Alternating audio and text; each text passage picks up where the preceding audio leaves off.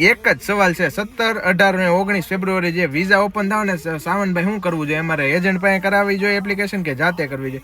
હવે જો જાતે એને કરવી જોઈએ જે હોશિયાર હોય. હા, હોશિયારના દીકરા છે ને, એને બધી ખબર પડતી હોય એપ્લિકેશનના ફોર્મ રિગાર્ડિંગ કે ભાઈ કઈ રીતનું ભરવાની, કઈ ઇન્ફોર્મેશન ક્યાં લખવાની હોય, કયા ડોક્યુમેન્ટ નાખવા, એ બધા જાતે કરવામાં હોય. આપણને એમ હોય ને કે આપણે કોઈ દી ફોર્મ ભર્યા નથી ઓનલાઈન આવા, અને ટ્રાય પહેલી હોય ને તો ભાઈ ઇજ્જતથી ભાઈ એજન્ટ પાસે વયું જવું, કેમ કે એ લોકોનો રોજનું કામ હોય, આ બધું ભરતા રહેતા હોય, તો એને ખબર હોય કે ક્યાં કયું ડોક્યુમેન્ટ નાખવું, ક્યાં શું નાખવું, ક્યાં કઈ ડિટેલ ભરવાની.